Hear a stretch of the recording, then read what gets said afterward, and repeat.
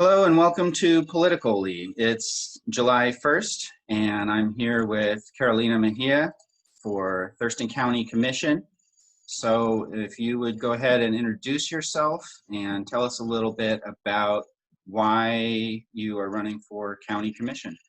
Hi, yeah, thank you. Thank you so much for having me here today. My name is Carolina Mejia, and I'm running for Thurston County Commission in District 1. And I decided to run for this position because I wanted there to be a change. I've been working for the county since 2015, and I realized that the decisions that were being made were not only affecting me as an employee, but also as a resident. It was affecting all the residents, and not too many people paid attention. And I was one of the people guilty of not really paying attention until one day I was like, wait, they do that? And I started paying closer attention, and I realized, oh my gosh, there needs to be a change in our county government. I thought about this decision for 2 years. I spoke with family, I spoke with friends, and I finally decided, okay, now is the time. So here I am 2 years later, and in the middle of a pandemic, but we're doing the best we can. Yeah, absolutely. Let me just make a quick disclaimer here. I work for Thurston County, but this interview is entirely personal and opinion and completely unrelated to that. So with that disclaimer out of the way, we'll move on. So we've had commissioners with experience in law enforcement and some other areas in the county, but I'm not sure if we've had one with experience working with immigration law and some of the other things from your prior experience. And so why don't you tell us a little bit about your experience and how that would help you as a county commissioner? Yeah, so I can tell you a little bit about myself. I immigrated from Honduras when I was 11 years old with my family. We moved to a small rural town in Tennessee. And from there, like many children of immigrants, I was the one interpreting for my family. And pretty soon I was interpreting for other members of the community. And that got me very involved with the immigrant communities and organizations, local organizations throughout Tennessee. Seeing what I could do to help improve, just laws and talking with legislators. And that's where my activism really got fired up. I went to college in Memphis, Tennessee, where I graduated with a bachelor's in business administration. During that time, my family moved up to Washington State, and I visited Thurston County. Was Olympia, and I fell in love with this place. So I decided to come to law school over here, and so I enrolled at the University of Washington School of Law, and I attended for a year and a half, but due to financial reasons and having a baby, I couldn't move forward. It wasn't feasible for me economically. So I made the hard decision to leave. And I joined a law firm up in Seattle, and they did immigration law, and they also did personal injury. During that time, I was a law clerk, and then I did U visas, T visas, and asylum cases. And I slowly moved into more family cases as I became the office manager. And I managed that office for a couple of years, and then I got tired of the commute.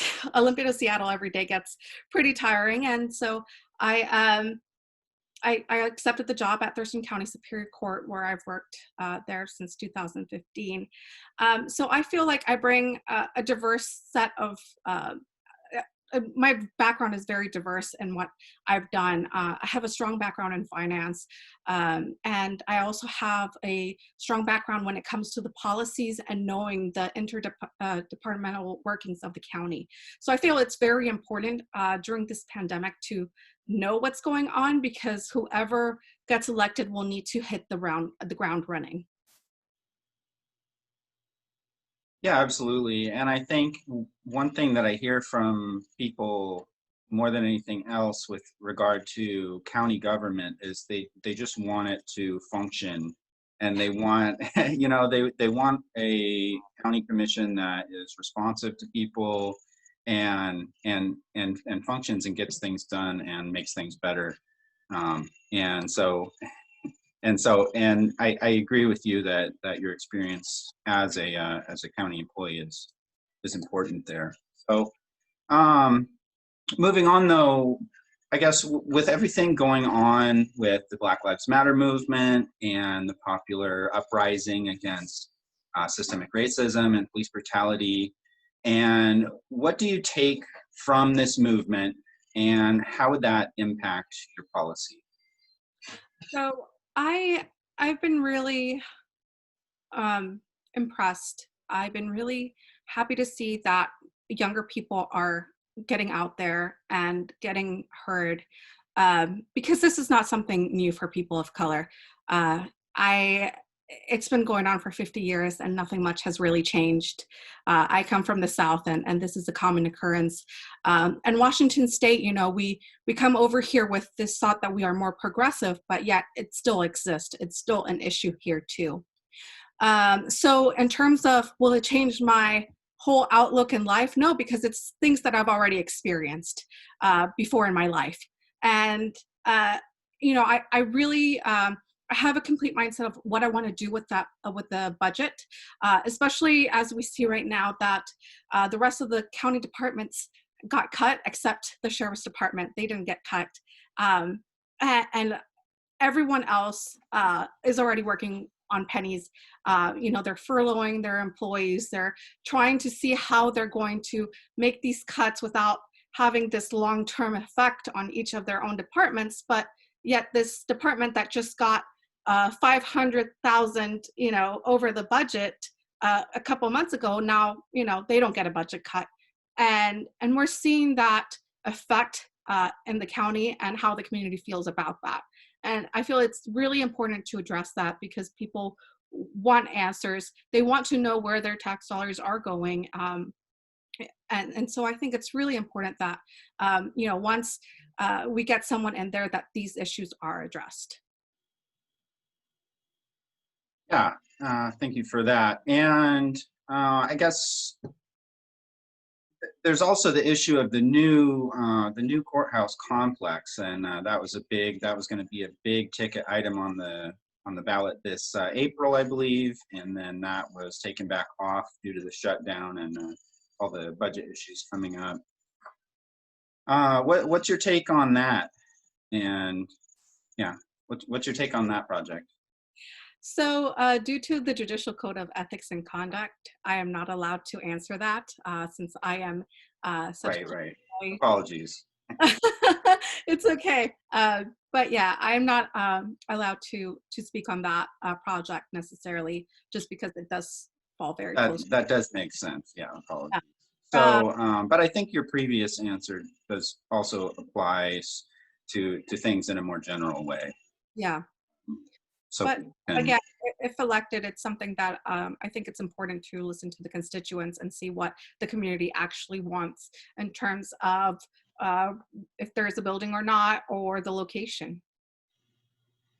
yeah, and I guess that's a good segue to something that I had seen on your webpage with regard to making the county commission more, I forget what the term on the webpage was, but basically more accessible to folks. What are your ideas on how to achieve that? Yeah, so I feel like county government is one of those offices where I talk to people, they're like, who is a county commissioner and what do they do? There's not a lot of information. And so that leads to problems, I feel like, because meetings currently are Thursdays at 2. And if you have a full-time job, 8 to 5, you're having to ask off time to go to one of these meetings.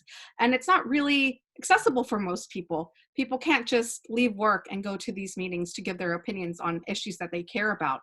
And I feel like that's a huge roadblock to start off with. Another thing that I want to do is provide childcare services for the courts. And right now, people cannot go to court. Sometimes they can't go into their court hearing because they have children. This is not only indicative in a criminal matter, but also in family matters where there's sensitive matters that are being talked about. So, the judges don't want children listening to some of the issues going on. And people don't know what to do there with their kids. They don't have a child care provider to take care of their kids, outside of the court system. So they need, they need that access to justice. I really believe in that we need to have access to justice. And that's just one of the ways that we can provide that. That's a great point that I have not yet heard from any of the other county commissioners or candidates. So that's a great idea. I agree with you on that. As a mother, I feel like it's things that I think about. I have two younger daughters, and I'm lucky enough that I have my parents and my in-laws that are able to take care of my children. Like right now, while I'm doing these interviews or while I'm out, but not many people have that accessibility here. They don't have family nearby, or they don't have the resources to pay for someone to come take care of their children. So it's something I feel like that we really need to look into and to provide. And that's kind of an example of how inequality, systemic inequality, plays out on a personal level, and nobody maybe was intending to create a system that was unequal, or based on access to childcare, but that's the system that exists, and unless we figure out how to change that in a way that gives people equal access, that inequality exists. Yes.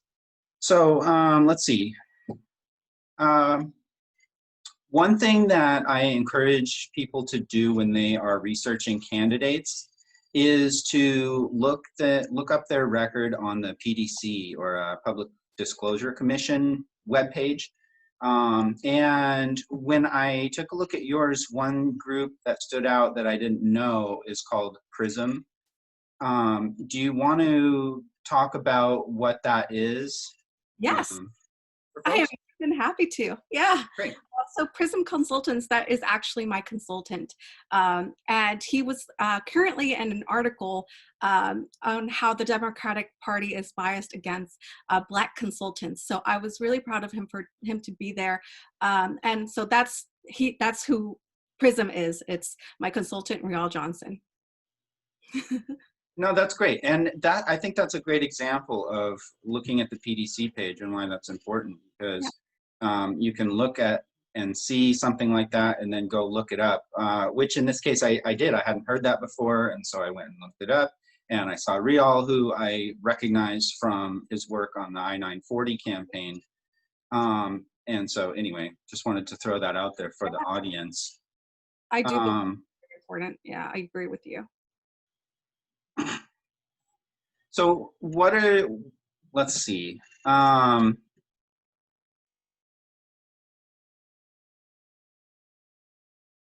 I'll give up the floor to you maybe what else is in a big major part of your campaign that we haven't talked about yet that you would like to tell folks about?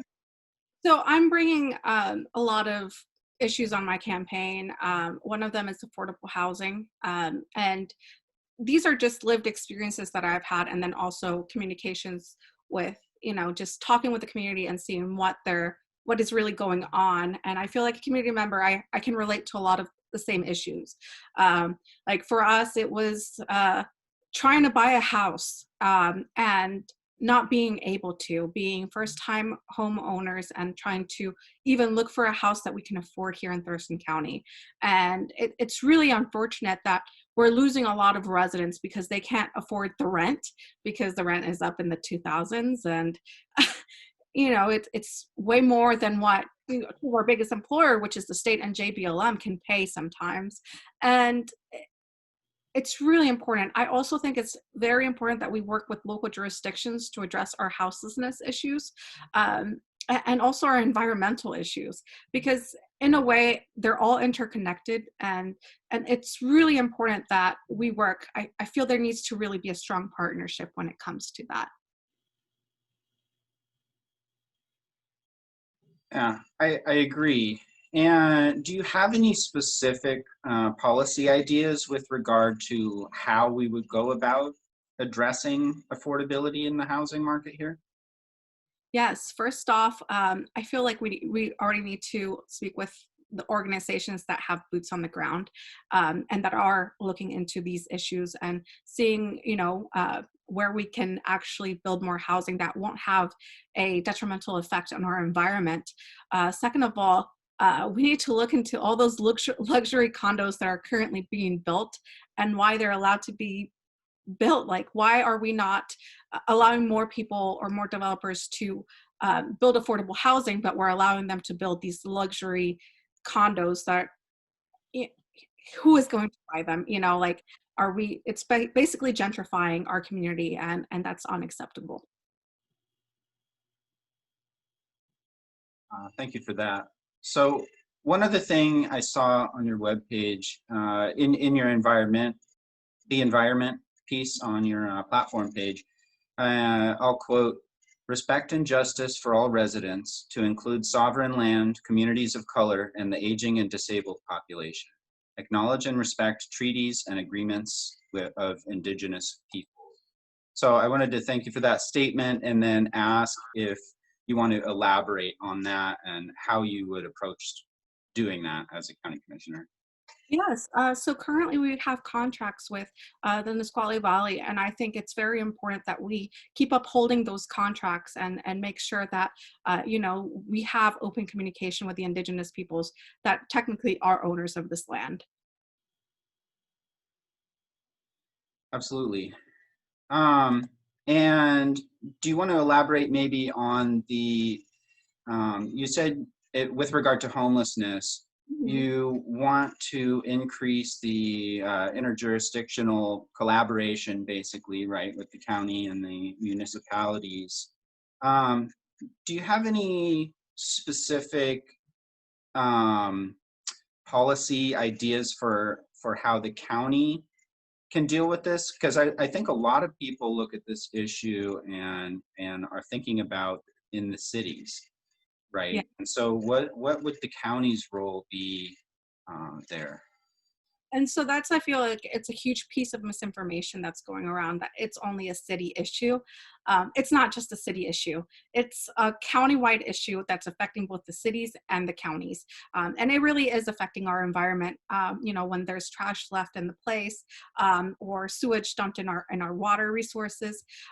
So one of my favorite organizations currently that I've been looking a lot into is Don Quixote, and they built all the tiny houses. So working with nonprofits, again, who have boots on the ground and they know what's going on, they're already offering those resources, supporting them and expanding them. I would love to expand Don Quixote to include families that are struggling. They can't find a home, or they can't find a place to pay rent. Citygate Ministries is another organization that has these amazing programs where they're I think they're building trailers for families, and after 3 months of savings, they can, it's theirs. So just partnering, I feel that's so important. Instead of opening new programs, look for the programs that are already out there, that they're working, and expand them. I think that's a great idea, and especially I like that you brought up Quixote Village, because I don't really hear about that too much anymore. After that was, fought for and established, and it was really such a struggle for years to get that established, moving around to the church parking lots, and just constant struggle with the city and so on. And now it's really been developed into something pretty fabulous and has come a long way. And so I agree that that's an organization locally that's done a lot of work and learned a lot, and now is a model that we can look to. And Yep. so we should appreciate that resource in our. I agree. No, I feel it's always important to look at places that are already doing the work, instead of trying to reinvent the wheel. See what's already working for organizations that are out there, and seeing how we as a county can support and help and expand. I feel it's so important to expand on something that is working. Yeah. So I guess talking about your campaign a little bit here, you just had your campaign kickoff, right? So tell us about that, and if you have any events coming up, or volunteer opportunities, or if someone wants to plug in, what's coming up. Yeah, so we're kicking off in July, so it's going to be a busy month for us. Yeah, my kickoff was June 30th, and it was very great. We had over 49 people that were there, and we had an amazing musician come and play some music for us, and it was just such a lovely event. It was heartwarming to see how the support of the community, really, that's what it comes down to, how much the community supports you. And it really, really was seeing how people have become involved in several ways. For events coming up for the rest of the month, let's see, I'm sorry, it's been a long day. I was in an interview earlier. So for events coming up for volunteering, we have phone banking that we're doing. I think we have it on our Facebook page. We're doing it Thursdays, Fridays, and Saturdays. And we are training people, so that's usually where the biggest pull is. Unfortunately, since we can't go door knocking, we are relying much more on social media and just phones and texting. So if you would like to phone bank with us, let me know. We usually make a party out of it and try to make it as fun as possible, because it's definitely a grueling process. Another way, way you can volunteer is we're going to be doing some sign waving events coming up, and we'll have the dates posted up, and we'll be dividing. We'll be safe. We'll be providing masks and hand sanitizer and gloves. That way we can all still be safe, and we'll be social distancing, which I think is very important. So that's another way. If you would like to get out and breathe some fresh air while waving one of my signs, I would love to see you there. And another one, we're going to be having several events. So if you keep looking at my Facebook page, we'll be posting them up as they come up. We'll be probably having a couple more fundraisers advertised, and I would love to see you there. Love you to participate. I think it's important that thank you for broadcasting local campaigns, because not too many people pay attention to these campaigns. I know it's a huge election year, and a lot of people are focused on those congressional races and presidential races, but these local races matter too, because they're the ones making the decisions when it comes to a lot of the issues that impact people day to day. So yeah. I always tell people that your vote it has a bigger impact proportionally when you vote in these local elections, because the turnout is lower, and so there's just less people overall, and so your vote has a larger impact even politically. And then also, by the way, about your pages, I'll go ahead and link those in the description of the video when this is posted as well. And it's carolinaforthurston.com, and you can read more about my bio or my platform issues. And if you have any questions, you can email me at info@carolinaforthurston.com. Oh, that's great. Well, thank you for running. I appreciate it. And thanks for coming on the show and talking to me. This will air on Sunday on my show, so I'll link that to you when that goes up. And appreciate your time and your campaigning. And hopefully we will do another interview in the general election. So best of luck to you. And thanks again. I appreciate it. It was nice meeting you, by the way. If I see you around, I'll wave at you at the county. Yeah, I'm sure at some point. Since we work so close to each other. Yeah.